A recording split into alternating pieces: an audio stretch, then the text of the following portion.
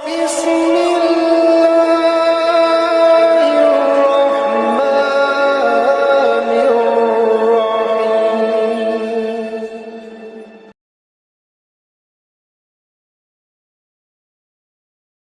بسم اللہ الرحمن الرحیم وبہ نستعین وصلی اللہ علی حبیبہ سیدنا و مولانا محمد وعلی آلہ وصحبہ اجمعین. معزز ناظرین و سامعین، پروگرام پیغام نور میں ایک مرتبہ پھر آپ کو خوش آمدید کہتے ہیں. ناظرین کرام، اللہ تعالیٰ نے انسانیت کا آغاز فرمایا تو میاں بیوی کے رشتے سے آغاز فرمایا. اللہ تعالیٰ نے کسی اور رشتہ سے انسانیت کا آغاز نہیں فرمایا، بلکہ انسانی رشتوں میں جو میاں بیوی کا رشتہ ہے اس سے کائنات کا آغاز فرمایا.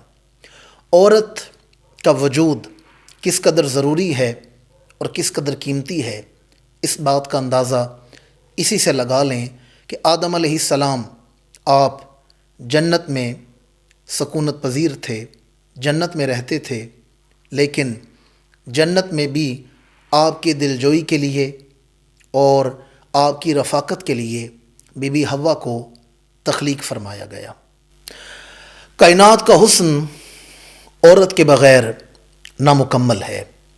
یہ جس رشتے میں بھی ہو یہ اس رشتے کو حسین بنا دیتی ہے. یہ جس رشتے میں بھی بندی ہو یہ گھریلو زندگی کو خوبصورت بنا دیتی ہے. عورت کے بغیر کائنات کا حسن نامکمل تھا. عورت کے بغیر آدمیت کی تسکین نامکمل تھی. عورت کے بغیر انسانیت کی رفاقت نامکمل تھی. اس لیے اللہ تعالیٰ نے عورت کو تخلیق فرمایا. لیکن آج اس ترقی یافتہ دور میں عورت کو بہکا دیا گیا اور اسے یہ کہا گیا کہ تمہیں تمہارے حقوق نہیں ملتے.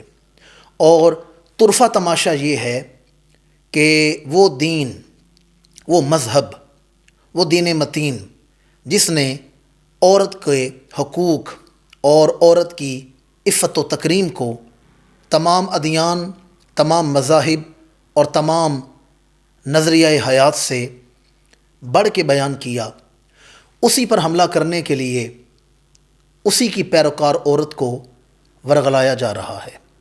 آج مسلمانوں کی بہنوں بیٹیوں کو یہ کہہ کے بہکایا جا رہا ہے کہ اسلام تمہیں تمہارے حقوق نہیں دیتا، اسلام تمہیں تمہارا مقام و مرتبہ نہیں دیتا جس کی تم حقدار ہو. تم جو رشتوں کی ڈور میں بندھی ہوئی ہو اور چادر اور چار دیواری کے تحفظ میں رہنے والی ہو، تم مجبور ہو، تم پر ذمہ داریوں اور رشتوں کا بوجھ ڈالا گیا ہے. وہ کہتے ہیں کہ اسلام میں مرد کا رتبہ زیادہ ہے، عورت کا مقام و مرتبہ نہیں دیا جاتا. جو عورت کا حق ہے اسے اس کے حق نہیں دیے جاتے، اور اسلام میں عورت کو مقام و مرتبہ نہیں دیا جاتا. جبکہ حقیقت بین نگاہوں سے دیکھیں تو اسلام ہی وہ واحد دین ہے جس نے آ کر عورت کے حقوق بیان کیے، عورت کو اس کا مقام و مرتبہ عطا کیا. آج اسلام دشمن اور مغربی فکر اسی پہلو کو، اسی دجل و فریب کو اسلام کے خلاف بطور ہتھیار استعمال کرتے ہیں. آئیں آج کی اس نشست میں ہم اس پر توجہ کرتے ہیں کہ اسلام کی نظر میں عورت کا مقام و مرتبہ کیا ہے. کئی ایسے موقع ہیں اور کئی ایسے پہلو ہیں جہاں اسلام نے عورت کو مرد سے پہلے رکھا ہے. جو اصول ہے وہ اپنی جگہ ہے، الرجال قوامون علی النساء، وہ اصول قرآنی اصول اپنی جگہ ہے. لیکن اللہ تعالیٰ نے عورت کو کئی ایسے مقام مرد سے پہلے عطا فرمائے جو مردوں کو بعد میں عطا کیے گئے. سب سے پہلے تسکین آدم کے لیے جسے تخلیق کیا گیا وہ ایک عورت تھی. سب سے پہلے بی بی حوا کو جناب آدم علیہ السلام کی رفاقت اور ان کی تسکین کے لیے تخلیق کیا گیا. جس رشتے سے اللہ نے انسانیت کا آغاز کیا وہ ایک عورت سے رفاقت کا رشتہ تھا. مجھے بتائیں جنت میں کون سی نعمت نہیں تھی؟ ہر آسائش، ہر نعمت، جہاں حور و غلمان ہیں، خدام ہیں، اور جناب آدم علیہ السلام جنت میں رہ رہے ہیں، اس کے باوجود آپ کی رفاقت کے لیے عورت کو تخلیق کیا گیا. تو سب سے پہلے انسان کی رفاقت کے لیے اور تسکین آدم کے لیے جسے تخلیق کیا گیا وہ ایک عورت تھی۔ سب سے پہلے جس کی گود کو درسگاہ بنایا گیا وہ ایک عورت تھی۔ سب سے پہلے جس نے مکہ آباد کیا وہ بی بی ہاجرہ ایک عورت تھیں۔ سب سے پہلے جنہوں نے کعبۃ اللہ آباد کیا، تعمیر ابراہیم علیہ السلام اور اسماعیل علیہ السلام نے فرمایا، لیکن اس کے بعد اسے آباد کیا ہے تو بی بی ہاجرہ نے کیا ہے۔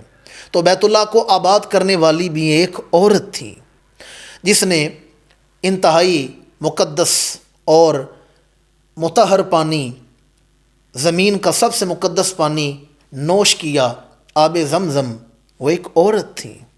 اور جس کے اس عمل کو ایک عظیم الشان عبادت کا رکن بنا دیا گیا، صفا مروہ کی سعی، وہ ایک عورت تھی۔ سب سے پہلے جس نے انسانیت کے سب سے بڑے ظالم و جابر فرعون کے سامنے کلمہ حق بلند کیا اور اپنے مومنہ ہونے کا دعویٰ کیا، وہ بی بی آسیہ ایک عورت تھی۔ ایک جابر حکمران کے سامنے کلمہ حق بیان کرنے والی ایک عورت تھی، اور جس نے سارے قبیلے کی مخالفت کے باوجود بیت المقدس میں سکونت اختیار کی، اپنے آپ کو اللہ کے لیے وقف کر دیا، وہ ایک عورت تھی۔ اور جس کے نام پر پوری سورت نازل ہوئی وہ بی بی مریم ایک عورت تھی۔ ہمارے آقا کریم نے اعلان نبوت فرمایا تو امام الانبیاء کا کلمہ پڑھنے والی سب سے پہلے سیدہ خدیجہ الکبریٰ ایک عورت تھی۔ دونوں ہاتھوں سے اپنا مال اسلام پر لٹانے والی، وہ ملیکۃ العرب، وہ سیدۃ التجار، وہ رازدار نبوت، وہ عزت نواز ایک عورت تھی۔ سب سے پہلے جس کا خون اسلام کے لیے بہا وہ بی بی سمیہ ایک عورت تھی، اور جس کے لیے، جس کی عصمت و عفت پر، جس کی تکریم پر، جس کی طہارت اور پاک دامنی پر قرآن مجید میں آیات اتاری گئیں، وہ سیدہ عائشہ صدیقہ ام المومنین رضی اللہ تعالی عنہا ایک عورت تھی۔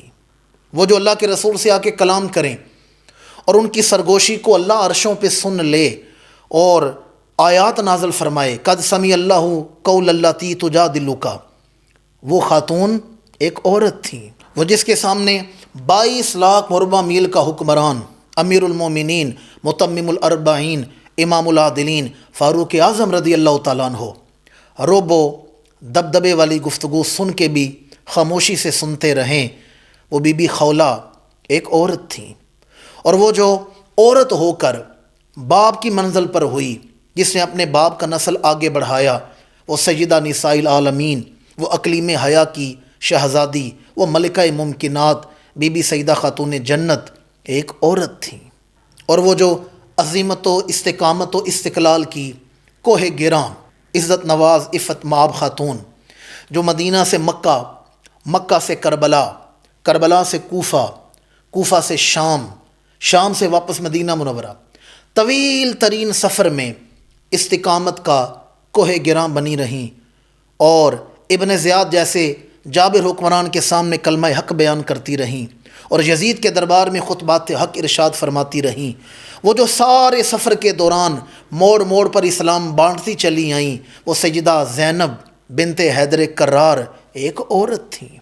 آج کی عورت کو پتہ ہی نہیں چلا کہ میں کون تھی، آج کی عورت کو خبر ہی نہیں ہوئی کہ میں کون تھی، کیا میرا مقام و مرتبہ تھا، اور میں نے مغرب کے بوسیدہ اور تعفن آمیز نظام سے متاثر ہو کر اپنے گلے سے حیا کا کلادہ اتار کے پھینک دیا اور بے حیائی کو اپنا لیا۔ آج کی عورت کو اپنی قدر و قیمت کا ہی نہیں پتہ چلا۔ آپ عورت کی قدر و قیمت کا اندازہ اس بات سے لگا لیں کہ انٹرو میں نے عرض کیا کہ اللہ تعالیٰ نے انسانیت کا آغاز میاں بیوی کے رشتے سے کیا ہے۔ آدم علیہ السلام کو تخلیق فرمایا گیا، آدم جنت میں ہیں، جنت کی آسائشیں ہیں، جنت کی نعمتیں ہیں، پر آدم علیہ السلام اداس رہتے ہیں۔ ان کی دل جوئی کے لیے، ان کی رفاقت کے لیے بی بی حوا کو تخلیق کیا گیا، آدم علیہ السلام کی پسلی سے بنایا گیا اور جنت میں تخلیق کیا گیا، جنت میں تخلیق کیا گیا۔ آدم علیہ السلام آرام فرما رہے تھے، بیدار ہوئے تو کیا دیکھا، لباس میں ملبوس، پردے میں بی بی حوا علیہ السلام قریب بیٹھی ہیں۔ آدم علیہ السلام کی رفاقت کے لیے بنایا گیا۔ میں انتہائی فکر انگیز پیغام اپنی بہنوں بیٹیوں تک پہنچانے لگا ہوں۔ اللہ تعالیٰ نے آدم علیہ السلام کو زمین پر تخلیق فرمایا ہے، جن عناصر سے انسان کو بنایا گیا تو زمین پہ تخلیق فرمایا ہے، اور 40 دن وجود آدم کو اللہ تعالیٰ نے بیت اللہ شریف والی جگہ پہ رکھا ہے، کعبۃ اللہ شریف والی جگہ جو ہمارا قبلہ ہے وہاں رکھا گیا ہے۔ آدم علیہ السلام کو زمین پر بنایا گیا ہے، لیکن بی بی حوا کو جنت میں تخلیق کیا گیا ہے، جنت میں بنایا گیا ہے۔ کون آج کی بہن بیٹی کو سمجھائے کہ تم اپنے بنانے والے کی بارگاہ میں کس قدر معزز و مقبول ہو کہ بنانے والے نے مردوں کو زمین پر بنایا ہے، عورت کو جنت میں بنایا گیا ہے۔ یہ جنتی مخلوق ہے، اسے زمین پر نہیں بنایا گیا، اسے جنت میں بنایا گیا ہے۔ کون میری بہن بیٹی کو سمجھائے کہ اللہ نے مردوں کو زمین پر بنایا ہے، عورت کو جنت میں بنایا گیا۔ اچھا، اللہ تعالیٰ نے بی بی حوا کو جنت میں کیوں بنایا؟ اس میں کون سی حکمت پیش نظر تھی؟ لاجک کیا تھا؟ یہ بھی بڑی قابل فکر بات ہے۔ یہ سوال جو شعور کے دریچوں پر دستک دیتا ہے، اس کا جواب بھی بڑا فکر انگیز ہے۔ دیکھیں، اللہ تعالیٰ نے آدم علیہ السلام کو زمین پر تخلیق فرمایا تو 40 دن بیت اللہ شریف والی جگہ پہ رکھا۔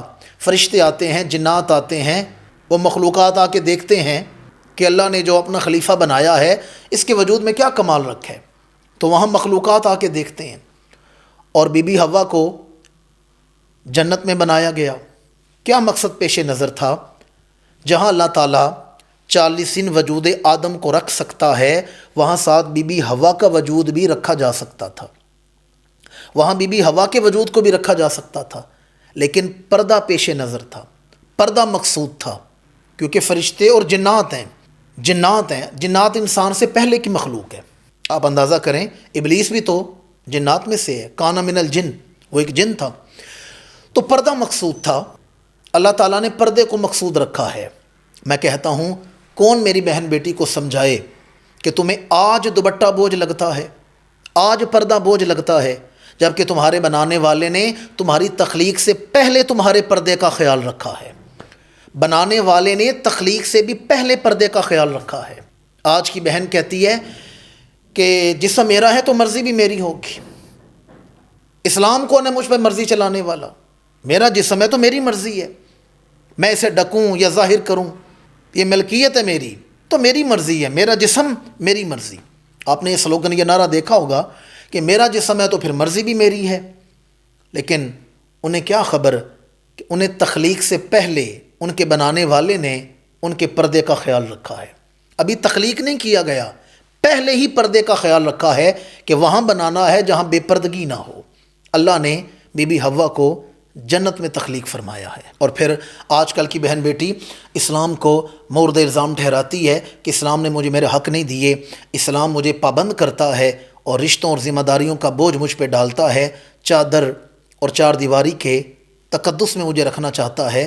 آج کی بہن بیٹی کس چیز سے آزادی چاہتی ہے؟ کس چیز سے آزادی چاہتی ہے؟ ذرا تاریخ تو اٹھا کر دیکھیں، قرآن اور حدیث تو اٹھا کر دیکھیں کہ اسلام آنے سے پہلے عورت کے ساتھ کیا سلوک کیا جاتا تھا۔ یہ بات تو کوئی ڈکی چھپی نہیں کہ وہاں بچیوں کو زندہ درگور کر دیا جاتا تھا، اور بیٹی کی پیدائش کو معاذ اللہ باعث لعنت اور باعث شرمندگی سمجھا جاتا تھا، اور بیٹی کا باپ ہونا گالی سمجھا جاتا تھا۔ جیسے آج ہمارے معاشرے میں لوگ گالیاں دیتے ہیں ماں بہن کی، یہ دور جاہلیت کی نشانی ہے۔ دور جاہلیت میں اگر کسی کو گالی دینی ہوتی تو کہا جاتا وہ دیکھو وہ بیٹی کا باپ جا رہا ہے، یہ گالی تھی کہ وہ دیکھو بیٹی کا باپ جا رہا ہے۔ وہاں بیٹی کا باپ ہونا باعث ذلت اور شرمندگی سمجھا جاتا تھا، بطور گالی اسے بیٹی کا باپ پکارا جاتا تھا۔ قرآن مجید سورہ النحل میں اللہ تعالیٰ فرماتا ہے وَإِذَا بُشِّرَ أَحَدُهُمْ بِالْأُنثَىٰ ظَلَّ وَجْهُهُ مُسْوَدًّا وَهُوَ كَظِيمٌ، فرمایا اگر ان میں سے کسی کو بیٹی کی بشارت دی جاتی کہ تمہیں بیٹی عطا کی گئی ہے تو اس کا چہرہ سیاہ ہو جاتا۔ وجہہ مسودہ، وجہ کہتے ہیں چہرے کو، اور مسودہ کہتے ہیں سیاہ کو۔ عربی زبان میں سفید کو ابیض کہتے ہیں اور کالے کو اسود کہتے ہیں۔ بیت اللہ کی دیوار میں ایک پتھر بھی ہے جسے حجر اسود کہا جاتا ہے۔ تو اللہ فرماتے ہیں اگر کسی کو بیٹی کی پیدائش کی خبر ملتی تو چہرہ سیاہ ہو جاتا تھا۔ وجہہ مسودہ، اس کا چہرہ سیاہ ہو جاتا تھا، وہو کظیم، اور وہ کظیم بن جاتا تھا۔ آپ جانتے ہیں کظیم کسے کہتے ہیں؟ کظیم اسے کہتے ہیں کہ جو انتہائی غصے میں ہو اور غصے کے باوجود کچھ کر نہ پا رہا ہو، اس کے اختیار میں کچھ نہ ہو تو وہ کڑتا ہے، وہ کڑتا ہے، اسے کظیم کہتے ہیں۔ جو غصے میں کڑے، جو کڑتا رہتا ہے، اسے کظیم کہتے ہیں۔ اللہ فرماتا ہے بیٹی کی پیدائش کی خبر سن کے چہرے سیاہ ہو جاتے تھے اور بندہ کڑتا تھا، چونکہ بیٹی ہوگی یا بیٹا ہوگا اس کے اختیار میں نہیں، یہ اس کے اختیار میں نہیں، تو وہ کڑتا تھا، جلتا تھا اور اندر ہی اندر گھٹتا تھا، اسے کظیم کہا جاتا ہے۔ اور اگر آپ لوگ قرآن مجید کی اس آیت کے پہلے لفظ پر غور کر لیں تو دیکھیں کتنا حسین پیغام ہے قرآن کا، وَإِذَا بُشِّرَ، جسے خوشخبری دی جاتی، خوشخبری، خبر کسی کو کسی چیز کے بارے میں بتانا یا پتہ لگنا، اسے خبر کہتے ہیں۔ اور عربی زبان میں بشارت بھی خبر کو کہتے ہیں، لیکن فرق یہ ہے خبر کوئی بھی عام بات سنی جائے اسے خبر کہتے ہیں، اور اگر کوئی ایسی بات سنے جس سے بندے کا دل خوش ہو جائے، کوئی ایسی خبر سنے جس سے طبیعت کھل اٹھے، دل خوش ہو جائے اور بندے کا دل کھل اٹھے، اسے بشارت کہتے ہیں۔ قرآن کہتا ہے وہ جو کڑتا تھا نا، وہ خوشخبری سن کے کڑتا تھا، اور قرآن کہتا ہے بیٹی کی پیدائش کی خبر، خبر نہیں، یہ خوشخبری ہے، یہ دلوں کو خوش کرنے والی خبر ہے اگر بیٹی کی پیدائش کی خبر ملے۔ وَإِذَا بُشِّرَ، یہ خوشخبری والی بات ہے۔ آگے اللہ فرماتا ہے سورہ النحل کی اگلی آیت میں فرماتا ہے پھر وہ بندوں سے چھپتا پھرتا تھا، چھپتا تھا کہ لوگ مجھے بیٹی کا باپ کہہ کے نہ بلائیں۔ جیسے میں نے پہلے عرض کیا، وہاں بیٹی کا باپ کہلوانا بطور گالی سمجھا جاتا تھا، تو وہ لوگوں سے معاشرے میں چھپتا پھرتا تھا، کوئی مجھے بیٹی کا باپ کہہ کے نہ بلائے۔ اور پھر اگر بیٹی پیدا ہو جاتی تو وہ کظیم، وہ کڑنے والا، وہ سیاہ چہرہ لے کر بیٹی کو زندہ درگور کرتا تھا۔ زندہ، یہ لفظ ہم بچپن سے پڑھتے آ رہے ہیں، سنتے آ رہے ہیں، پر کبھی آپ نے توجہ نہیں کی۔ آپ تصور تو کریں، ننھا سا وجود ہے، ننھا سا وجود ہے جسے گڑھا کھود کے اس میں رکھ کے اوپر منو مٹی ڈالی جا رہی ہے، اور ننھے وجود کو یہ بھی نہیں پتا کہ میرا جرم کیا ہے، کس جرم کی پاداش میں یہ سزا دی جا رہی ہے، میرا جرم کیا تھا۔ آئیں قرآن مجید نے اسے بھی بیان کیا ہے۔ سورہ التکویر میں فرمایا وَإِذَا الْمَوْءُودَةُ سُئِلَتْ بِأَيِّ ذَنبٍ قُتِلَتْ، فرمایا کل قیامت کے دن اس بچی سے پوچھا جائے گا تجھے جو قتل کیا گیا بتا تیرا جرم کیا تھا، بتا تیرا جرم کیا تھا۔ اس بچی سے پوچھا جائے گا بتا تیرا جرم کیا تھا۔ آج کی بہن بیٹی کو ورغلا دیا گیا اور اس نے اس عزت و وقار کو جو اسلام نے عطا کیا اسے پابندی سمجھ لیا، اسے اپنے اوپر ظلم سمجھ لیا۔ اگر میں بیٹیوں کے حقوق اور بیٹی کا مقام و مرتبہ ہی بیان کرتا رہوں تو اس میں بے شمار پہلو ہیں۔ آئیں ایک اور پہلو، جب عورت بالغ ہوتی ہے، جوان ہوتی ہے، تو ہمارے ہاں اس کا نکاح کیا جاتا ہے کسی ذمہ دار شخص کے ساتھ، کسی حسب نسب والے کے ساتھ اور کسی پرہیزگار آدمی کے ساتھ۔ یہ بھی شاعر اسلام میں سے ہے کہ بچوں کے رشتے کرو تو کوشش کرو کہ اچھے گھر میں، یعنی نیک اور صالح لوگوں میں بچوں اور بچیوں کے رشتے کرو۔ اور مغرب آج ہماری بہن بیٹی کو اس سے بھی دور ہٹانا چاہتا ہے۔ آپ تصور کریں کہ یورپ کے ایک ملک نے قانون پاس کیا اور یہ 2021 میں پاس کیا گیا۔ 2021 میں یہ قانون پاس کیا گیا کہ شادی شدہ عورت اپنے خاوند کے علاوہ جس مرد سے چاہے تعلق رکھ سکتی ہے، لیکن شرط یہ ہے کہ رات اپنے خاوند کے پاس گزارے، رات اپنے خاوند کے ساتھ گزارے اور دوپہر کو جہاں چاہے جا کے وہاں منہ کالا کر لے۔ یہ یورپ کا قانون ہے، وہاں اجازت دے دی گئی ہے۔ اور یورپ، برطانیہ، امریکہ اور مغرب کے ممالک میں آپ اسکولوں سے 100 بچے کھڑے کریں، 100 بچے لیں مختلف جگہوں سے اور ان سے ان کے والد کا، ان کے باپ کا نام پوچھیں تو 20 بچے تو اپنا نام بتائیں گے، لیکن 80 بچوں کو پتہ ہی نہیں کہ ہمارا باپ کون ہے، کیونکہ وہاں شادی کا کلچر نہیں رہا۔ اسے لا جانی اور غیر ضروری سمجھا جاتا ہے کیونکہ وہ ذمہ داریوں کے بوجھ سے بھاگتے ہیں، اور وہاں حیا کا اور پاکیزگی کا تصور نہیں رہا۔ میں نے کافی عرصہ پہلے، آج سے کوئی 15-18 سال پہلے یہ بات پڑھی تھی کہ امریکہ میں ہر 4 منٹ کے بعد ایک زنا بالجبر ہوتا ہے، ہر 4 منٹ کے بعد زنا بالجبر۔ آپ گھڑی پر ٹائم رکھیں اور 5واں منٹ نہیں چڑھے گا کہ وہاں ایک زنا بالجبر ہو چکا ہوگا۔ ویسے مجھے بتائیں، جہاں زنا بالجبر کا یہ عالم ہے، وہاں زنا بالرضا کا عالم کیا ہوگا؟ زنا بالرضا کا عالم اس معاشرے میں کیا ہوگا جس معاشرے میں یہ عالم زنا بالجبر کا ہے، زبردستی کسی کے ساتھ بدکاری کرنا۔ اور آپ جانتے ہوں گے کچھ عرصہ قبل ہمارے ملک میں بھی حقوق نسواں کے نام پر قرآن کی مخالفت کی گئی اور ایسے قوانین بنانے کی کوشش کی گئی۔ وہ حقوق نسواں کیا تھا کہ عورت جس کے ساتھ چاہے منہ کالا کرے، اگر عورت اپنی رضامندی سے یہ کام کر رہی ہے تو اس پر کوئی قدغن نہیں ہوگی، انہیں بالکل نہیں پوچھا جائے گا، وہ جس کے ساتھ چاہے جا کے منہ کالا کرے۔ یہ کیا ہے؟ یہ وہی غیر اسلامی تہذیب ہے جو ہم پر مسلط کرنے کی کوشش کی جا رہی ہے۔ آج کل جو سوشل میڈیا پر جو اس ناچیز کے مشاہدے میں آیا ہے کہ نکاح کو ختم کرنے کی کوشش کی جا رہی ہے۔ وہ کہتے ہیں اللہ تعالیٰ نے انسان کو فطرت پہ پیدا کیا ہے، تو جس کے ساتھ دل کرے اس کے ساتھ تعلق رکھو، جس کے ساتھ دل نہ کرے اس کے ساتھ تعلق نہ رکھو۔ نکاح کو غیر ضروری اور لا یعنی سمجھا جا رہا ہے۔ آئیں ذرا دیکھیں، نکاح انسانیت کے تسلسل کو آگے بڑھانے کا نام ہے، نکاح پاکیزہ رشتے کا نام ہے، نکاح طاہر و مطہر رشتے کا نام ہے۔ نکاح سے نسل پاک ہو جاتی ہے، نکاح سے آنکھوں کی حفاظت ہو جاتی ہے، بندہ بے حیائی سے بچ جاتا ہے، اور نکاح سنت انبیاء ہے۔ ذرا زمانہ جاہلیت اٹھا کر دیکھیں، وہاں جو یہ میاں بیوی کا یا جو مرد عورت کا رشتہ تھا وہ کیسا گھٹیا اور ناپاک رشتہ تھا، کیسا پلید رشتہ تھا وہ۔ ذرا چند ایک احوال سماعت کریں کہ اسلام آنے سے پہلے زمانہ جاہلیت میں عرب میں جو جنسی تعلقات ہیں یا مرد و عورت کے تعلقات ہیں ان کی کتنی قسمیں تھیں؟ 9-10 قسمیں تھیں جنہیں نکاح کا نام دیا جاتا تھا، اسے نکاح کا نام دیا جاتا تھا۔ جیسے میں نے عرض کیا، نکاح طہارت کا نام ہے، نکاح حیا کو فروغ دیتا ہے، نکاح سے نسل پاک ہوتی ہے۔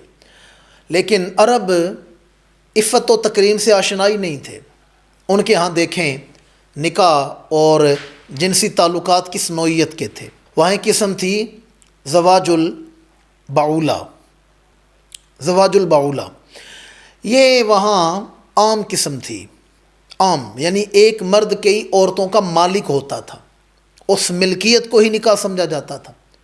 جو عورت پسند آئی خرید کے گھر لے ہے، کیونکہ اس دور میں غلام بکتے تھے نا منڈیوں میں، تو عورتوں کو خریدا جاتا تھا اور وہ کئی عورتوں کا مالک ہوتا تھا جس سے چاہے جنسی تعلق قائم رکھے، اور عورتیں جمع کرنے کا شوق ہوتا تھا۔ آپ نے دیکھا ہوگا اتنی بیویاں رکھی ہوئی تھیں، اتنی بیویاں، اس سے کیا مراد تھا؟ وہ عورتیں جمع کرنے کا شوق تھا۔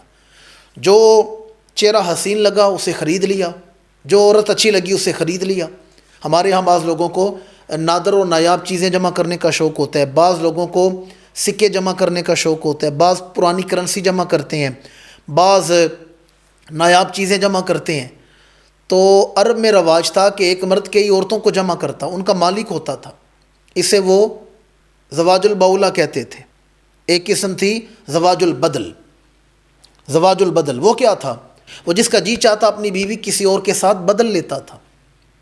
کسی کی بیوی پسند آئی ہے، دونوں نے آپس میں گفتگو کی ہے، بیویاں بدل لی ہیں، عورت سے مرضی نہیں پوچھی، بیوی بدل لی ہے۔ 1 مہینے کے لیے، 2 مہینے کے لیے، 6 مہینے کے لیے، اتنے عرصہ کے لیے ایک دوسرے سے بیویاں ایکسچینج کرتے تھے، بدل لیتے تھے۔ نہ کوئی تقریب نکاح ہے نہ کچھ ہے، بس اعلان کر دیا جاتا آج کے بعد میری عورت، وہاں عورت کا لفظ بولا جاتا تھا، میری عورت ہے، میری عورت فلاں کے پاس ہے، اس کی عورت میرے ساتھ رہے گی، اور بدل بدل کے ایک دوسرے کی عورتوں کے ساتھ جنسی تعلقات قائم کرتے تھے۔ پھر ایک نکاح تھا جسے نکاح متع کہا جاتا ہے، نکاح متع۔ یہ نکاح متع کیا تھا کہ مرد اور عورت ایک مخصوص مدت کے لیے مخصوص مہر پر جمع ہو جاتے تھے، اتنا مہر دو، اتنے دنوں کے لیے یہ عورت تمہارے ساتھ رہے گی، اپنی رضامندی کے ساتھ۔ اسے نکاح متع کہا جاتا تھا، اور جب جی چاہتا وہ نکاح ختم کر دیتے، اس کے لیے نہ کوئی طلاق تھی نہ کوئی عدت تھی، بس جنسی تعلقات کا ایک بہانہ چاہیے ہوتا تھا۔ اور اس تعلقات کی بنا پر اگر کوئی اولاد پیدا ہوتی تو وہ ماں سے منسوب کی جاتی تھی، اسے باپ کا نام نہیں دیا جاتا تھا۔ ہمارے ہاں یورپ میں، مغرب میں ایک شادی کی جاتی ہے جسے کہتے ہیں میرج ایگریمنٹ، میرج ایگریمنٹ، وہ ایگریمنٹ ہی ہوتا تھا، اسے نکاح متع کہا جاتا تھا۔ ایک قسم تھی نکاح الخدن، یہ بھی ایک قسم تھی، اسے کہا جاتا تھا دوستی کی شادی۔ مرد عورت میں دوستی ہو جاتی ہے، اسے بیوی بنا کے رکھ لیتے ہیں، نہ کوئی گواہ ہے، نہ کوئی ایجاب ہے، نہ کوئی قبول ہے، اور اس کے ساتھ جنسی تعلق رکھا جاتا، وہ دوستی کی شادی ہوتی۔ اس میں بھی جو اولاد پیدا ہوتی اسے بھی عورت کی طرف ہی منسوب کیا جاتا تھا، باپ کا نام نہیں ملتا تھا۔ اور یہ آج کل بہت عام ہے، ہمارے اس معاشرے میں بھی بہت عام ہے۔ ہمارے ہاں پہلے یہ سنا جاتا تھا جی گرل فرینڈ بوائے فرینڈ، اب ایک نام بدل گیا، اب کہا جاتا ہے لیونگ ریلیشن، جی میں فلاں کے لیونگ ریلیشن میں ہوں، فلاں کے ساتھ میرا بریک اپ ہوا ہے، 2 سال سے 6 مہینے سے میں فلاں کے ساتھ لیونگ ریلیشن میں ہوں۔ میں چونکہ اس پروگرام کا جو پیٹرن ہے وہ اسلامی تعلیمات کو پیغام نور کی شکل میں آپ تک پہنچانا مقصود ہے، ورنہ کتنے ایسے ہمارے اداکار اور اداکارائیں ہیں جو لیونگ ریلیشن میں رہتے ہیں، لیونگ ریلیشن میں رہتے ہیں۔ ہالی ووڈ کی تو دیگر معاملات کی تو بات ہی چھوڑ دیں، کتنے ایسے بڑے لوگ ہیں جنہیں معاشرے میں اور دیگر ممالک میں بڑے بڑے مقام حاصل ہیں، بڑے بڑے بزنس مین، بیوروکریٹس، بڑے بڑے نام ہیں، وہ لیونگ ریلیشن میں رہتے ہیں، ذمہ داری نہیں لی جاتی اور ذمہ داری کا بوجھ نہیں اٹھایا جاتا، اور یہ اپنی مرضی سے ختم ہو جاتا۔ 2 سال میں فلاں کے ساتھ ہوں، اب 6 مہینے فلاں کے ساتھ رہوں گا، یہ 2 سال میں فلاں کے ساتھ رہی ہوں، اگلا سال میں نے فلاں کے ساتھ رہنا ہے۔ اس تعلق میں بھی جو اولاد پیدا ہوتی اسے بھی ماں کا نام دیا جاتا تھا، باپ کا نام نہیں دیا جاتا تھا۔ ایک نکاح تھا نکاح الزغینہ، یہ نکاح کیا تھا؟ کسی جنگ میں جو عورت ہاتھ لگتی، جس کے ہاتھ لگتی اس کا مالک بن جاتا تھا، وہ اس کا مالک ہوتا تھا، یعنی فاتحین کے لیے مفتوحین کی عورتیں حلال ہوتی تھیں۔ اس کے ساتھ چاہتا تو جنسی تعلق رکھتا، مباشرت کرتا، چاہتا تو بیچ دیتا، چاہتا تو کسی کو توفندت نہیں دیتا، توفتاً کسی کو دے دیتا، یعنی ایک آزاد عورت غلام بن کر گلی گلی بکا کرتی تھی، حیثیت ہی نہیں، جانوروں جیسی حیثیت ہے، جیسے کوئی کسی کو جانور تحفے میں دے دیتا ہے نا، ایسے عورت کو تحفے میں دے دیا جاتا تھا۔ اگلا چاہتا خود جنسی تعلقات قائم کرتا اور دوستوں کے ساتھ تعلقات قائم کرواتا، آگے دے دیتا۔ آزاد عورت گلی گلی جنسی درندگی کا نشانہ بنتی تھی اور گلی گلی بکا کرتی تھی، اس میں بھی کوئی حق مہر اور کوئی ایسا سلسلہ نہیں ہوتا تھا۔ اس کے علاوہ ایک نکاح تھا نکاح شغار۔ اب یہ نکاح شغار کیا تھا؟ اس میں یہ تھا، اسے عموماً وٹے سٹے کی شادی بھی کہا جاتا تھا، کہ ایک شخص اپنے زیر سرپرستی رہنے والی کسی بھی لڑکی کا رشتہ کسی کو دے دیتا اور کہتا بدلے میں اپنی بہن کا، بیٹی کا رشتہ مجھے دے دو، اور وہ زبانی کلامی ایگریمنٹ ہوتا تھا، اس میں بھی کوئی نکاح نہیں، کوئی ایجاب و قبول، کوئی حق مہر نہیں، اس میں بھی عورت کی مرضی نہیں پوچھی جاتی تھی، بس اسے کسی کے ساتھ بھیج دیا جاتا تھا اور اس کے گھر کی عورت لے آتے تھے، اسے نکاح شغار کہا جاتا تھا۔ ایک نکاح تھا نکاح الاستبضاع، انتہائی غلیظ، انتہائی مکروہ۔ جب آپ اس کی تشریح سنیں گے نا، یہ کس چیز کو یہ نکاح کا نام دیا گیا ہے، تو آپ اپنا سر پکڑ لیں گے۔ اس میں یہ ہوتا تھا کہ کوئی شخص اپنی بیوی کو کسی بھی خوبصورت مرد کے ساتھ بھیج دیتا تھا، کوئی جنگجو ہوتا، کوئی بہادر ہوتا، اس کے ساتھ جنسی تعلقات کے لیے بھیج دیتا تھا، میری اولاد بہادر پیدا ہوگی، اسے خوبصورت اولاد پیدا ہوگی۔ خود اپنے ہاتھوں سے اپنی بیوی کو بے حیائی کے لیے چھوڑ کے آتے تھے۔ تصور تو کریں اسلام سے پہلے عورت کی حیثیت کیا تھی، یہاں کیا عورت کی حیثیت ہے، جو چیزیں میں آپ کے سامنے بیان کر رہا ہوں۔ اور جیسے ہی عورت حاملہ ہوتی نا، اس کے ساتھ 6 مہینے میں، سال میں، 8 مہینے میں، 2 مہینے میں، جیسے ہی حاملہ ہوتی واپس اپنے خامند کے پاس آ جاتی تھی۔ مردوں کی غیرت کا جنازہ نکل چکا تھا۔ میں نے آپ کے سامنے اب تک 7 قسمیں بیان کی ہیں، ذرا 8ویں قسم بھی سنیں، اور یہ بھی انتہائی شرمناک ہے، نکاح الرہط، انتہائی شرمناک قسم ہے۔ اس میں کیا ہوتا تھا؟ اسے اجتماعی نکاح کہا جاتا تھا۔ 10 کے قریب مرد ایک عورت کے لیے جمع ہوتے اور تمام اس کے ساتھ جنسی تعلقات قائم کرتے تھے، اور اسے نکاح کا نام دیا جاتا تھا کہ یہ نکاح ہے۔ 10 کے 10 مرد اس کے ساتھ جنسی تعلق قائم کرتے تھے، اور اگر وہ عورت حاملہ ہوتی، بچہ پیدا ہوتا، تو عورت سب کو بلاتی اور جس کے ساتھ اس کا دل کرتا اس کے ساتھ بچے کو منسوب کر دیتی، پتہ ہی نہیں باپ کون ہے۔ 10 مردوں کے ساتھ جنسی تعلقات ہیں اور معاشرے میں کبھی بھی نہیں سمجھا جاتا، اسے نکاح کہا جاتا تھا، نکاح الرہط، اور 10 میں سے جس کے ساتھ چاہتی بچے کو منسوب کر دیتی تھی۔ اور 9ویں قسم تھی نکاح البغایا، یہ بھی بڑی شرمناک ہے، یہ بھی نکاح الرہط کے ساتھ ملتا جلتا ہے، لیکن اس میں ایک فرق ہے۔ نکاح الرہط میں 10 مرد ہوتے تھے، جبکہ نکاح البغایا میں جتنے چاہے مرد ہوں، 10 سے زیادہ بھی ہو سکتے ہیں۔ اس سے مراد عموماً فاحشہ عورتوں کے ساتھ تعلق رکھا جاتا تھا، کوئی فاحشہ بد کردار عورت ہوتی اس کے ساتھ تعلق رکھا جاتا تھا۔ ایک تو اس میں یہ فرق تھا کہ نکاح الرہط میں 10 ہوتے ہیں، اور نکاح الرہط میں عورت خود بچے کو منسوب کرتی ہے، لیکن نکاح البغایا میں 10 یا 10 سے زائد جتنے مرد تھے، وہ جس کا جی چاہتا آ کے بچے پہ اپنا حق جتاتا تھا، یہ میرا بچہ ہے، اپنی طرف منسوب کرتا تھا اور فخر سے کہتا تھا اتنے مردوں کے ساتھ تعلق قائم ہوا ہے پر بچہ میرا ہے، بچہ پیدا کرنے کی صلاحیت مجھ میں ہی تھی۔ یہ 9 قسمیں میں نے آپ کے سامنے بیان کی ہیں۔ اس سے پتہ چلا عورت کی حیثیت ایک چیز کی طرح ہے، جیسے کوئی چیز خریدی جاتی ہے، یہ عورت کی حیثیت ہے صرف جنسی تسکین کے لیے۔ قبل از اسلام صرف جنسی تسکین کے لیے عورت کو استعمال کیا جاتا تھا۔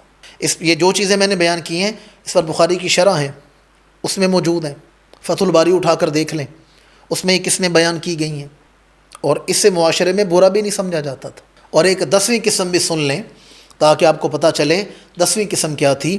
عرب میں یہ رواج بھی تھا کہ اپنی باندیاں یا اپنی عورتوں کو بے حیائی پہ مجبور کیا جاتا تھا، انہیں بھیجا جاتا تھا اور بدلے میں مال لیا جاتا تھا، مال وصول کیا جاتا تھا، عورتوں کو بے حیائی کے لیے بھیجا جاتا تھا، اور یہ عرب معاشرے میں عام تھا، اس پر کوئی قدغن نہیں تھی۔ اس پر قرآن مجید کی آیت بھی ہے، سورہ نور میں فرمایا وَلَا تُكْرِهُوا فَتَيَاتِكُمْ عَلَى الْبِغَاءِ إِنْ أَرَدْنَا تَحَسُّسًا لِتَبْتَغُوا عَرَضَ الْحَيَاةِ الدُّنْيَا، اور فرمایا اپنی عورتوں کو، اپنی باندیوں کو بدکاری پہ مجبور نہ کرو جب وہ خود پاک دامن رہنا چاہتی ہیں، اور تم دنیاوی زندگی کا سامان کماؤ، یعنی خود محنت کرو، عورتوں کو بیچ کر، ان کا جسم بیچ کر قیمت نہ وصول کرو، خود محنت کرو، خود کماؤ۔ اور اس کا شان نزول کیا ہے کہ عبداللہ بن ابی بن سلول یہ اپنی باندیاں جو تھیں انہیں بیچا کرتا تھا، بدکاری کے لیے بھیجا کرتا تھا اور قیمت وصول کرتا تھا، تو قرآن نے اس پر بھی پابندی لگائی ہے، اسے بھی منع کی ہے۔ اب میں نے آپ کو 10 کے قریب چیزیں بتائی ہیں، وہ جنسی تعلقات جسے اس دور میں نکاح کا نام دیا جاتا تھا۔ اب ذرا تصور کریں، سارے پہلو مد نظر رکھیں، اور میری بہن، میری بیٹی، آج کی عورت انصاف کا خون نہ کرے، انصاف سے بتائے کہ کیا اسلام سے پہلے عورت کی عزت تھی یا اسلام نے آ کر عورت کو عزت عطا کی ہے؟ عالم کیا تھا؟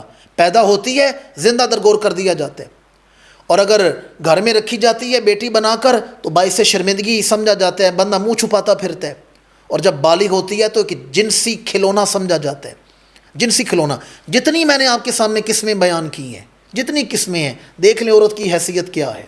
اب مجھے بتائیں، اسلام سے پہلے عورت کی قدر و تکریم، عزت و وقار تھا یا اسلام نے یہ کچھ آ کے عطا فرمایا؟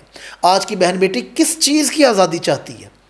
اگر تو وہ اسلام کی تعلیمات کو، احکامات الہیہ کو اپنے اوپر بوجھ سمجھتی ہے تو ذرا 10 چیزوں میں سے کسی ایک چیز پر انگلی تو رکھ کر بتائے مجھے یہ والی زندگی پسند ہے، مجھے یہ معیار حیات پسند ہے۔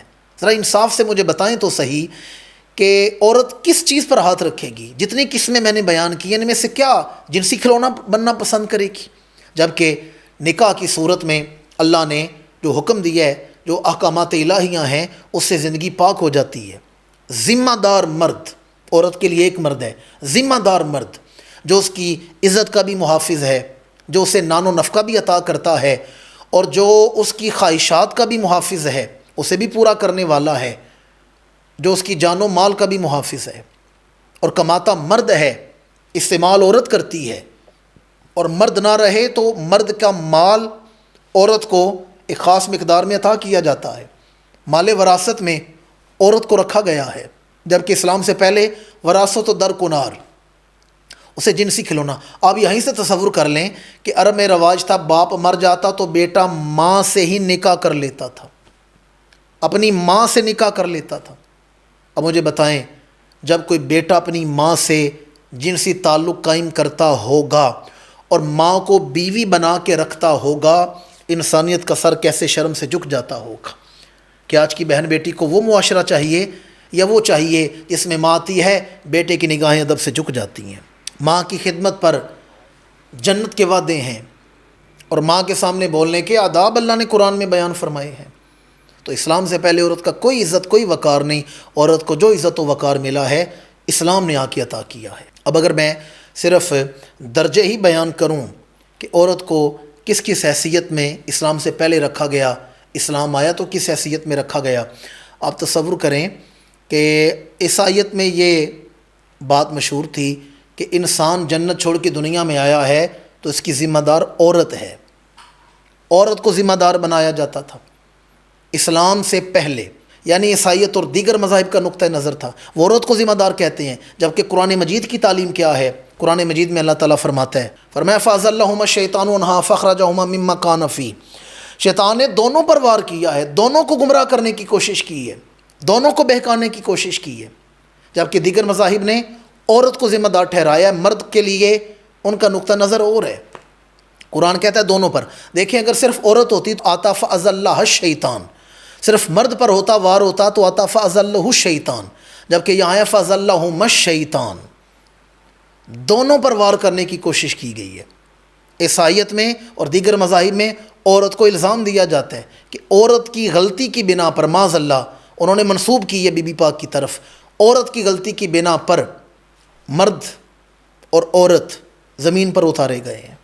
پھر وہ کہتے ہیں عورت اور مرد کی خلقت جدا جدا ہے، مرد کی خلقت ہی اعلیٰ ہے، تو اس پر بھی قرآن مجید کی آیت سماعت فرمائیں، یا ایھا الناس اتقوا ربکم الذی خلقکم من نفس واحدہ وخلق منہا زوجہا وبث منہما رجالا کثیرا، یہ قرآن مجید ہے۔ اے لوگو اپنے رب سے ڈرو جس نے تمہیں ایک جان سے پیدا فرمایا ہے، ایک جان سے تمہیں پیدا فرمایا گیا ہے، اور پھر اسی سے اس کا جوڑ پیدا فرمایا، اور پھر ان دونوں میں سے بکثرت عورتوں مردوں کو پھیلا دیا۔ تو قرآن نے اس کی بھی نفی کی ہے، قرآن کہتا ہے دونوں کو ایک واحد نفس سے پیدا کیا گیا ہے۔ قرآن اور حدیث میں سے تو بے شمار دلائل ہیں اور تاریخی حوالہ جات ہیں کہ اسلام نے عورت کو عزت و عظمت تکریم عطا فرمائی، لیکن آئیں چلیں آپ کو ان کی طرف لے کے چلتے ہیں کہ جنہوں نے ہمیں یہ فکر دینے کی کوشش کی، جنہوں نے ہماری بیٹیوں کو ورغلانے کی کوشش کی کہ ان کے ہاں موجودہ دور میں عورت کی حالت کیا تھی اور پھر اس کا تقابل اسلام کے ساتھ کرتے ہیں۔ یہ جہاں سے یہ الغار جاری ہوئی اور مغرب سے جو فکر ہماری بچیوں کے ذہن میں ڈالی جانے لگی، ان کی تاریخ اٹھا کر دیکھیں کہ ان کے ہاں عورت کی حیثیت و قدر کیا تھی، اور پھر دیکھیں اسلام میں عورت کی حیثیت و قدر کیا تھی۔ مغرب کی طرف دیکھیں تو عورت کو جو رائے دہی کا حق ہے، عورت بھی کسی معاملے میں رائے دے سکتی ہے، وہ حق کب دیا گیا ہے؟ وہاں عورت کو جس لائن میں جانور ہیں، جس لائن میں گائے بھینس بکری ہیں، گدھا ہے، اسی لائن میں عورت کو رکھا جاتا تھا، عورت کو رائے دینے کا حق نہیں دیا جاتا تھا۔ برطانیہ میں 1897 1897 سے پہلے عورت کو رائے دینے کا حق نہیں تھا۔ 1897 میں ایک تحریک اٹھی جسے نیشنل یونین آف وومنز کہا گیا۔ اس تحریک نے زور پکڑا، اس پر اور بھی بہت سارے حوالہ جات ہیں، احوال ہیں کہ کیا کچھ ہوا، لیکن وقت مختصر ہے۔ تو اس تحریک نے انتہائی محنت شاقہ سے شب و روز کی محنت کی، تو پھر برطانیہ میں 1918 عیسوی میں عورت کو رائے دینے کا حق دیا گیا کہ عورت ووٹ کاسٹ کر سکتی ہے، عورت رائے دے سکتی ہے۔ یہ میں نے آپ کو برطانیہ کے حوال بتائے ہیں۔ اب آگے چلیں، امریکہ میں 4 جولائی 1776 1776 اسے جدید معاشرے کی نشست اول کہا جاتا ہے، دا ڈکلیریشن آف انڈیپینڈنس اسے کہا جاتا ہے، 1776 4 جولائی۔ اس وقت جو قانون بنائے گئے اس میں بھی عورت کو رائے دہی کا حق نہیں دیا گیا تھا، عورت کو رائے کا حق نہیں دیا گیا تھا، اور جب جیفرسن نے اعلان کیا تو ایک لفظ بولا گیا تھا دا پیپلز، اس میں صرف سفید فام مردوں کو شامل کیا گیا تھا، صرف مردوں کو شامل کیا گیا تھا، عورتوں کو شامل نہیں کیا گیا، اور مردوں میں بھی صرف سفید فام مرد تھے، سیاہ فام نہیں۔ اس پر بھی انشاءاللہ ہم پورا ایک پروگرام کریں گے کہ نسلی تعصب اور اسلام، اس پر ایک پورا پروگرام کیا جائے گا۔ تو صرف سفید فام اور آزاد مردوں کو دا پیپل کے لفظ میں شامل کیا گیا، عورت کو یہ حق نہیں دیا گیا۔ اس پر ایک اور بہت بڑی دلیل ہے کہ امریکہ میں 1872 میں ایک خاتون تھی جس نے ووٹ ڈالنے کی جسارت کی، ووٹ ڈالنے کے لیے گھر سے نکلی، سوسن بی اینتھونی اس کا نام تھا، تو اسے گرفتار کیا گیا۔ اس کا جرم کیا تھا؟ وہ ووٹ ڈالنے کے لیے گھر سے نکلی تھی، یہ اس کا قصور تھا، اسے گرفتار کر لیا گیا تھا۔ اور پھر اس پر بھی بڑا کام ہوا تاکہ 1920 میں عورت کو ووٹ ڈالنے کا حق دیا گیا، رائے دہی کا حق دیا گیا 1920 میں۔ اس سے پہلے امریکہ جیسے ملک میں عورت کو ووٹ ڈالنے کا حق نہیں دیا گیا تھا۔ اب آئیں ذرا فرانس کی طرف چلتے ہیں۔ فرانس میں 7 فروری 1848 1848 میں فرانس کی عبوری حکومت نے نئی جمہوری طرز زندگی کو بنانے کے لیے اصول قائم کیے، اور اس میں 3 بنیادی حقوق تھے: رائے دہی، تعلیم اور روزگار۔ اپنے رائے کا اظہار کرنا، ہر کوئی اپنی رائے کا اظہار کر سکتا ہے، تعلیم اور روزگار۔ لیکن اس میں بھی عورت کو شامل نہیں کیا گیا، عورت کو اس میں بھی شامل نہیں کیا گیا۔ 100 سال محنت کرنی پڑی، 100 سال کی جد و جہد کے بعد 1944 میں 1944 میں جا کر عورت کو رائے دینے کا حق دیا گیا، یعنی پاکستان بننے سے 3 سال پہلے۔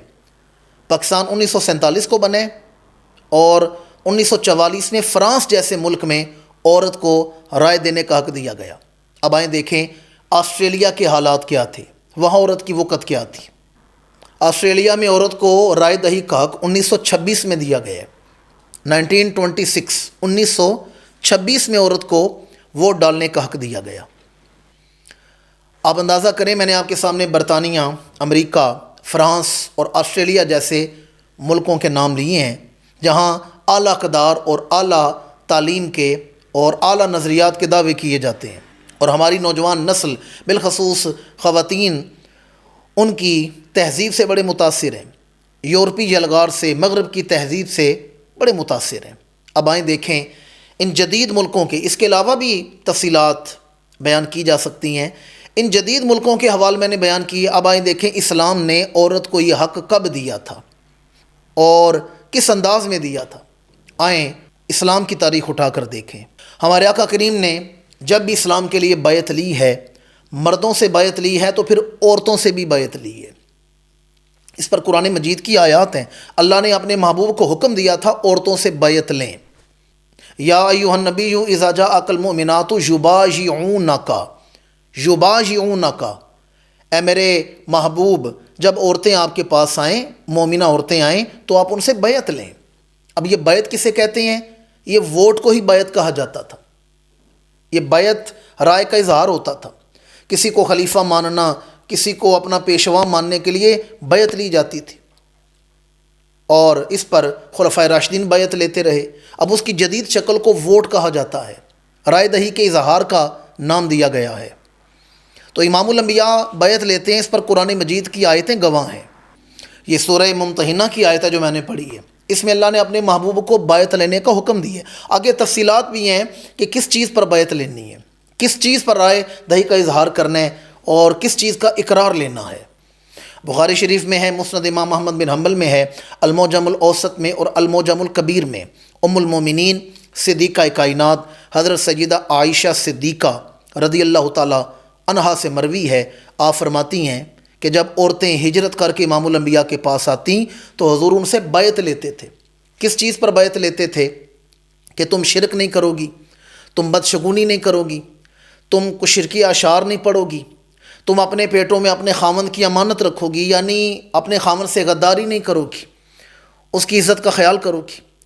ان چیزوں پر بیعت لی جاتی تھی، اور اسے آج ووٹ کہا جاتا ہے، اسے رائے دہی کا حق کہا جاتا ہے۔ میں نے آپ کے سامنے جدید ملکوں کے نام لیے ہیں جہاں عورت کو اب جا کے رائے کا حق ملا ہے۔ اسلام نے تو 1400 سال پہلے عورت کو رائے کا حق عطا کر دیا ہے کہ عورت بھی کو رائے دے سکتی ہے، اور امام الانبیاء کی سنت مبارکہ پر حضور کے وصال مبارک کے بعد خلفائے راشدین نے بھی عمل کیا ہے۔ امام العادلین متمم الاربعین حضرت سیدنا امیر المومنین فاروق اعظم خلیفہ دوم عمر بن خطاب رضی اللہ تعالیٰ عنہ، آپ کی شہادت کے بعد آپ نے جو تلقین کی تھی 6 رکنی ٹیم بنائی گئی جو نیا خلیفہ مقرر کرے گی۔ انہوں نے پھر گھر گھر جا کر عورتوں سے رائے لی ہے۔ آپ تصور کریں، مدینہ کے گھروں میں جا کر عورتوں سے رائے لی ہے۔ خلافت عثمان غنی پر مردوں نے بیعت کی ہے، عورتوں نے بھی رائے دی ہے۔ یہ کب عطا کیا گیا ہے یہ حق؟ آج سے 1400 سال پہلے۔ امریکہ، یورپ، برطانیہ میں تو اب جا کے عورت کو رائے کا حق دیا گیا ہے، اسلام نے تو 1400 سال پہلے عورت کو رائے کا حق دے دیا تھا۔ اسی طرح اس سے آگے بڑھیں، مقننہ یعنی پارلیمنٹ، عورت کو اس کی رائے کو پارلیمنٹ میں اہمیت کب دی گئی؟ اس پر بھی اگر میں حوال سناؤں گا دیگر ممالک کے تو سارا وقت اسی میں چلا جائے گا۔ سیدنا فاروق اعظم رضی اللہ تعالیٰ عنہ، آپ کا معمول تھا رات کے وقت آپ گشت کرتے تھے، مدینہ کی گلیوں میں پھرا کرتے تھے لوگوں کے حوال جاننے کے لیے۔ ایک گھر کے قریب سے گزرے تو وہاں ایک خاتون تھی جس کا شوہر جہاد پر تھا، جہاد پر اس کا شوہر تھا، اور وہ اپنے شوہر کی یاد میں اشعار پڑھ رہی تھی، غمگین تھی۔ فاروق اعظم نے وہ اشعار سنے، آپ پریشان ہوئے، گھر تشریف لائے تو ام المومنین حضرت بی بی سیدہ حفصہ رضی اللہ تعالیٰ عنہ جو آپ کی لخت جگر صاحبزادی ہیں، ان سے آپ نے مشاورت کی۔ پھر جب انہوں نے مشورہ دیا تو فاروق اعظم نے اس اصول کو نافذ کر دیا، کوئی بھی مجاہد 4 مہینے سے زیادہ اپنے گھر سے دور نہیں رہے گا۔ دنیا کی کسی کونے پر مسلمان مجاہدین جہاد کر رہے ہیں، 4 مہینے بعد شفٹ بدلے گی، وہ واپس اپنے گھر رہے گا۔ یہ فاروق اعظم نے اتنا بڑا فیصلہ 22 لاکھ مربع میل پر نافذ کیا ہے، ایک عورت کے اشعار پر اور اپنی بیٹی ایک عورت کے مشورے پر کیا ہے۔ اتنا بڑا فیصلہ کیا گیا۔ تصور تو کریں، ابھی جو میں نے پہلے صورتحال آپ کے سامنے بیان کی ہے، عورت کی حیثیت کیا تھی، اسلام نے کیا حیثیت آ کے عطا کی ہے۔ جب کہیں طلاق کی شرح بڑھنے لگی تو فاروق اعظم نے فیصلہ فرمایا کہ ہم حق مہر مقرر کر دیتے ہیں، اور اس میں بھی عورت کا ہی فائدہ رکھا گیا کہ ایک عورت کی کفالت کے لیے یا عورت کے حقوق کے لیے اچھی خاصی مقدار میں حق مہر مقرر کرتے ہیں تاکہ طلاق کی شرح کم ہو۔ فاروق اعظم نے یہ بل پیش کیا ہے مقننہ میں، پارلیمنٹ میں، لیکن ایک خاتون نے مشورہ دیا۔ کیا مشورہ دیا؟ کہا امیر المومنین اس چیز کا اختیار آپ کے پاس نہیں، آپ کے پاس اس چیز کا اختیار نہیں۔ اس پر اس خاتون نے قرآن مجید کی آیت پیش کی ہے، سورہ نساء کی آیت ہے، وَإِنْ أَرَدْتُمُ اسْتِبْدَالَ زوج مکان زوج الی آخرہ، یہ آیت پڑھی ہے۔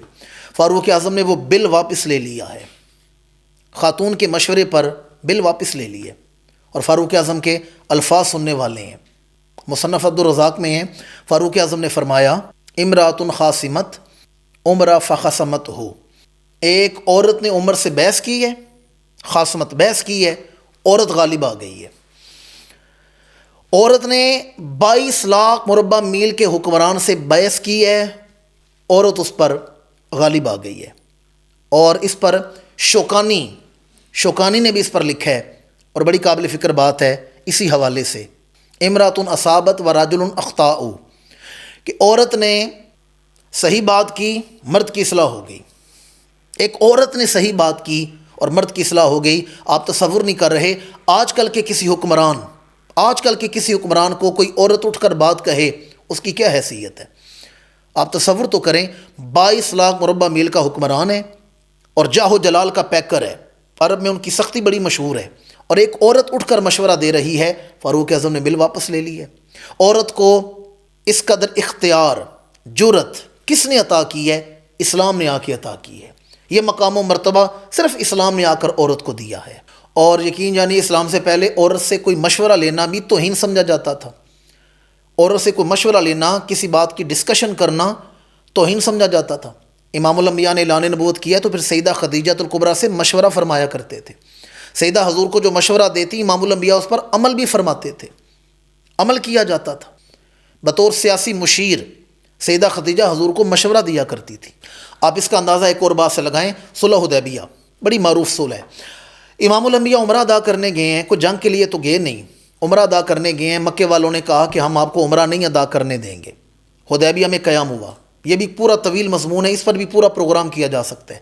تو امام الانبیاء نے صحابہ کرام سے فرمایا، وہ جو معاملات ہوئے صلح ہو گئی، اب صحابہ کرام کے دل مغموم تھے، بیت اللہ سے جدائی، اتنے عرصے بعد اتنی آس امید لے کر آئے ہیں عمرہ کرنے، عمرہ کی اجازت نہیں ملی، دل مغموم ہے۔ تو امام الانبیاء نے فرمایا احرام کھول دو، فرمایا قربانی کرو اور بال کٹواؤ۔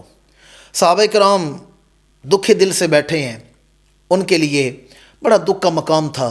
امام الانبیاء نے صحابہ کرام کی جب یہ حالت دیکھی کہ وہ کس دکھ دل کے ساتھ، ان کی ہمت نہیں پڑ رہی کہ ہم نہ کعبہ دیکھ سکے، نہ ہم طواف کر سکے، نہ ہم سعی کر سکے، نہ حجر اسود کے بوسے لے سکے، نہ مقام ابراہیم کے نوافل پڑھ سکے۔ آپ تصور کریں ہمارے دل میں کتنا ارمان ہے، شوق ہے حرم جا کر عمرہ ادا کرنے کا۔ صحابہ تو مہاجرین تو آئے بھی مکہ سے ہیں، ان کے دل کی حالت کیا ہوگی۔ تو امام الانبیاء کے لیے یہ فیصلہ انہیں ارشاد فرمانا قدر رنجیدگی کا باعث تھا۔ تو پتہ پھر مشورہ کس نے دیا ہے؟ بی بی ام سلمہ رضی اللہ تعالیٰ عنہ۔ آپ نے کہا یا رسول اللہ صحابہ کے لیے عمل کرنا مشکل ہوگا، آپ اس طرح کریں، آپ خود حلق کروائیں اور جانور ذبح کر دیں۔ امام الانبیاء نے آگے بڑھ کے حلق کروایا اور جانور ذبح کیا ہے۔ صحابہ کرام نے حضور کو دیکھا تو بلا چوں چرا عمل کر دیا۔ اب یہ اتنا بڑا کام کس کے مشورے پر کیا جا رہا ہے؟ ایک عورت کے مشورے پر کیا جا رہا ہے۔ ایک عورت نے مشورہ دیا تو یہ کام کیا گیا ہے۔ یہ ابو داود کی حدیث میں نے آپ کو سنائی ہے کہ بی بی ام سلمہ کے مشورے پر یہ کام کیا گیا ہے۔ اس لیے ایسی خواتین کو صاحبۃ الرائے کہا جاتا تھا، جو رائے دے سکتی ہیں۔ یورپ نے تو اب آ کر اتنی جد و جہد کے بعد عورتوں کو رائے دینے کا حق دیا ہے۔ اسلام نے 1400 سال پہلے عورت کو صاحبۃ الرائے کا مقام بھی دے دیا تھا، صاحبۃ الرائے بنا دیا گیا تھا۔ اچھا، مسلم معاشرے میں عورتوں کو صرف مجلس شورا میں ہی رائے دہی کا حق نہیں تھا، بلکہ وہ انتظامی امور پر بھی نگران کی گئی ہیں۔ انہیں یہ اختیار بھی دیا گیا ہے انتظامی امور پر بھی۔ مثلا سیدنا فاروق اعظم نے شفا بنت عبداللہ ادویہ کو بازار کا نگران مقرر کیا ہوا تھا۔ بازار کا نگران، ایک خاتون کو جو اکاؤنٹیبلٹی کورٹ کی ذمہ دار تھیں، جسے مارکیٹ ایڈمنسٹریشن کہا جاتا ہے، یہ بی بی شفا یہ کام کیا کرتی تھی۔ بازار کی نگران آپ کو بنایا گیا تھا۔ یہ بڑی سمجھدار خاتون تھی، فاروق اعظم ان کی رائے کا بڑا احترام کرتے تھے، ان سے مشورہ کیا کرتے تھے اور بی بی شفا کے مشورے پر فیصلے بھی فرمایا کرتے تھے۔ اس کے علاوہ عورت کو معاشرتی سطح پر امر بالمعروف اور نہی عن المنکر کا بھی اختیار دیا گیا تھا۔ نیکی کا حکم دینا اور برائی سے روکنا، یہ اختیار دیا گیا تھا۔ حضرت بی بی سمرہ بنت نحیق اسدیہ رضی اللہ تعالیٰ عنہ، یہ انہوں نے امام الانبیاء کا زمانہ پایا، صحابیہ تھیں اور بڑی عمر رسیدہ تھیں۔ ان کے ہاتھ میں کوڑا ہوتا تھا اور یہ بازار میں جاتی تھیں۔ کوئی اگر غلط کام کرتا، کوئی برائی دیکھتی تو اب کوڑا لہراتی تھیں اور بعض دفعہ تو سزا بھی دے دیتی تھی۔ لوگ ان سے ڈرتے تھے، پتہ چلتا نا بی بی سمرہ آ رہی ہیں تو غلط کام کرنے والے غلط کام چھوڑ دیتے تھے کہ بی بی سمرہ آ رہی ہے، وہ بڑی سخت مزاج ہے۔ یہ اختیار اسلام نے عورت کو 1400 سال پہلے عطا کی ہے۔ میں کون سا پہلو آپ کے سامنے بیان کروں؟ کوئی پہلو ایسا آپ کو نظر نہیں آئے گا جہاں عورت کی عزت، وقار، تکریم اسلام نے گھٹائی ہو، بلکہ اسلام نے اور مذاہب سے بڑھ کے ہی اختیار عطا فرمائے ہیں، بڑھ کے تکریم عطا فرمائی ہے۔ آگے چلیں، سفارتی معاملات۔ سفارتی معاملات کیا تھے؟ عورت کو یہ اختیار، یہ حق بھی دیا گیا تھا، یہ شرف بھی دیا گیا تھا۔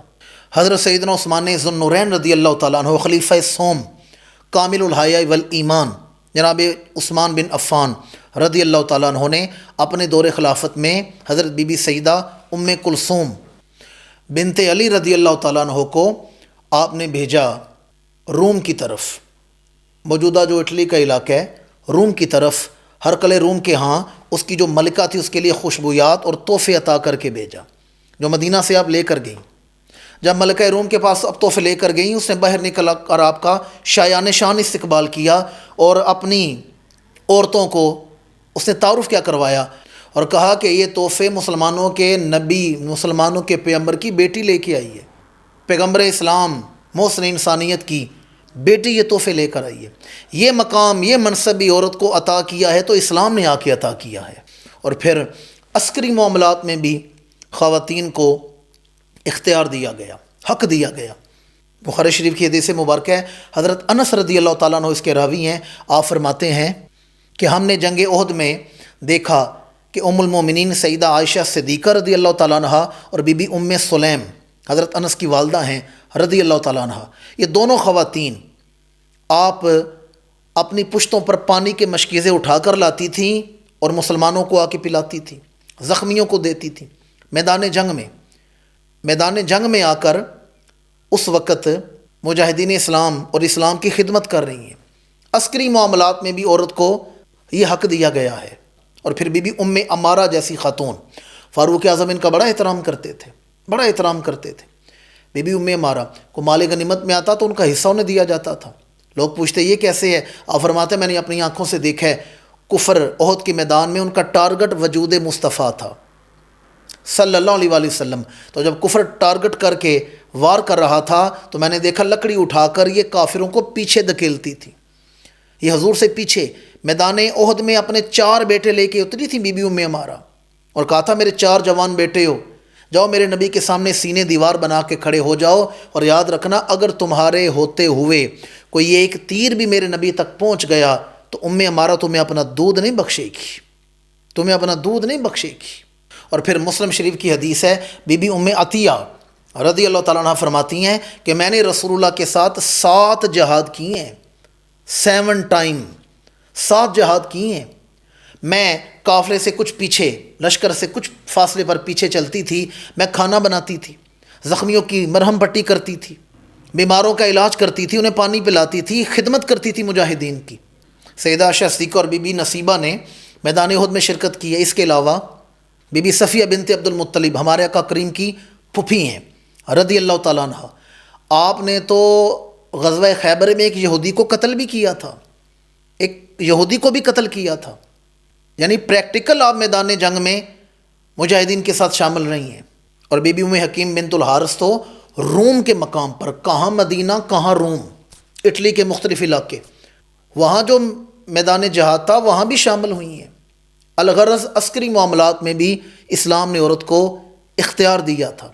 وہ چاہتی تو میدان جنگ میں جا کر جو عورت کی حیثیت ہے، جو عورت کی صلاحیت ہے، اس کے مطابق اسلام کی خدمت کرتی تھی۔ اب آخر میں ایک اور پہلو اور بڑا اہم پہلو ہے، اور یہ بھی شرف صرف اسلام نے ہی عورت کو آ کے عطا کیا، کہ عورت کو امان دہی کا حق دینا، کہ عورت کسی کو امان دے دے، ریاست میں عورت کسی کو امان دے دے، یہ بھی صرف اسلام نے ہی آ کے عطا کی ہے۔ یہ میں اس دور میں آپ کے سامنے بیان کرنے لگا ہوں جس دور میں ہم یورپی تہذیب سے متاثر ہیں، جہاں عورت کو خود امان نہیں تھا، اور اسلام سے قبل کا معاشرہ، میں نے حیثیت بیان کر دی عورت کی حیثیت کیا تھی، جہاں عورت کو خود امان حاصل نہیں تھا وہاں اسلام نے عورت کو امان دینے کا اختیار دے دیا ہے۔ بڑی قابل فکر بات ہے، بڑا قابل فکر پہلو آپ کے سامنے بیان کر رہا ہوں۔ مثلا حضرت بی بی سیدہ زینب بنت رسول رضی اللہ تعالیٰ عنہ و صلی اللہ علیہ وآلہ وسلم نے اپنے شوہر کو جناب ابو العاص بن الربیع کو پناہ دی تھی۔ یہ بھی ایک طویل واقعہ ہے، جب ہم بنات رسول پر اور سیدہ زینب پر گفتگو کریں گے اسے بھی تفصیل آپ کے سامنے بیان کیا جائے گا۔ تو بی بی سیدہ زینب نے انہیں پناہ دی تھی، اور رات کے وقت مدینہ پہنچے تھے، نماز فجر ادا کر کے مسجد کے کونے سے عورتوں والے حصے سے سیدہ زینب کی آواز آئی کہ میں نے ابو العاص کو پناہ دے دی ہے۔ امام الانبیاء نے صحابہ سے پوچھا تم نے سن لیا یا رسول اللہ سن لیے؟ پھر بعد کے معاملات ہیں، وہ الگ موضوع ہے، پھر کبھی انشاءاللہ اس پر بھی پورا پروگرام کیا جائے گا۔ تو عورت کو امان دینے کا حق دیا گیا ہے۔ حضرت بی بی ام ہانی بنت ابو طالب، حضرت علی شیر خدا کی ہمشیرہ، امام الانبیاء کی چچا زاد ہیں بی بی ام ہانی رضی اللہ تعالی عنہا، آپ نے اپنے دیوروں میں سے 2 کو امان دی تھی، امام الانبیاء نے ایکسیپٹ کیا تھا، قبول بھی فرمایا تھا، حضور نے اس امان کو برقرار رکھا تھا۔ یہ جامع ترمذی میں ہے اور مسند امام احمد بن حنبل میں ہے، بی بی ام ہانی کا پناہ دینا، اور حضور نے فرمایا تھا جسے ام ہانی نے پناہ دی ہے اسے ہم نے پناہ دی ہے، جسے ام ہانی نے پناہ دے دی ہے اسے ہم نے پناہ دے دی ہے۔ جامع ترمذی میں ہے اور مسند امام احمد بن حنبل میں ہے۔ حضرت ابو ہریرہ رضی اللہ تعالیٰ عنہ اس کے راوی ہیں، امام الانبیاء نے فرمایا عورت پوری قوم کے لیے امان دے سکتی ہے، یعنی مسلمانوں کی طرف سے امان دے سکتی ہے، پوری قوم کی طرف سے۔ یہ اللہ کے رسول کا فرمان ہے جو میں آپ کو سنا رہا ہوں۔ بلکہ سیدہ عائشہ صدیقہ رضی اللہ تعالیٰ عنہ کا فرمان سنیں. سیدہ عائشہ صدیقہ فرماتی ہیں کہ اگر کوئی مسلمان عورت ظاہری طور پر مخالفت کر کے بھی کسی کو پناہ دے دے تو اس کی پناہ کو قبول کیا جائے گا. ظاہری طور پر یعنی بعض لوگ کچھ اور معاملہ کہہ رہے ہیں، عورت پناہ دے رہی ہے، اس کی امان کو قبول کیا جائے گا. میں نے آپ کے سامنے مختلف حوالوں سے عورت کے حقوق، عزت و تکریم اسلام کے حوالے سے بیان کی. عورت کی پیدائش بطور بیٹی، اور پھر نکاح کے حوالے سے، پھر ازواجی زندگی کے حوالے سے، اور پھر عورت کی عزت و تکریم دیگر مذاہب اور دیگر نظریہ حیات کے مقابلے میں اسلام نے کیا عطا کی ہے، اور پھر مختلف پہلو عورت کا امان دینا، عسکری مصروفیات، معاشرتی کردار اور دیگر عوامل کو آپ کے سامنے بیان کیا ہے. یہ عزت، یہ شرف، یہ مقام صرف اسلام نے عورت کو آ کے دیا ہے، نہ کسی مذہب نے دیا ہے اور نہ ہی کسی نظریہ حیات نے دیا ہے. سمجھ سے بالا تر یہ بات ہے کہ آج کی بہن بیٹی کو، آج کی عورت کو جب ورغلایا گیا، وہ کس چیز کو مانگتی ہے، وہ کون سی عزت ہے جو اسلام نے نہیں دی، وہ کس وقار کو چھوڑ کے ایک بازاری چیز بننا چاہتی ہے. جو حوال میں نے سنائے ہیں، کیا انہیں اپنانا چاہتی ہے، یا وہ عزت و وقار بہتر ہے جو اسلام نے آ کے عطا کیا ہے؟ اس گئے گزرے دور میں اللہ کریم امہات المومنین اور مخطرات عصمت کا صدقہ ہماری بہنوں بیٹیوں کو عفت و حیا اور شرم و حیا کا نور عطا فرمائے. اسی کے ساتھ آج کے پروگرام کا وقت مکمل ہوتا ہے. اللہ تعالی ہمارا حامی و ناصر ہو، اللہ تعالی پاکستان کا حامی و ناصر ہو. والسلام علیکم ورحمۃ اللہ تعالی وبرکاتہ.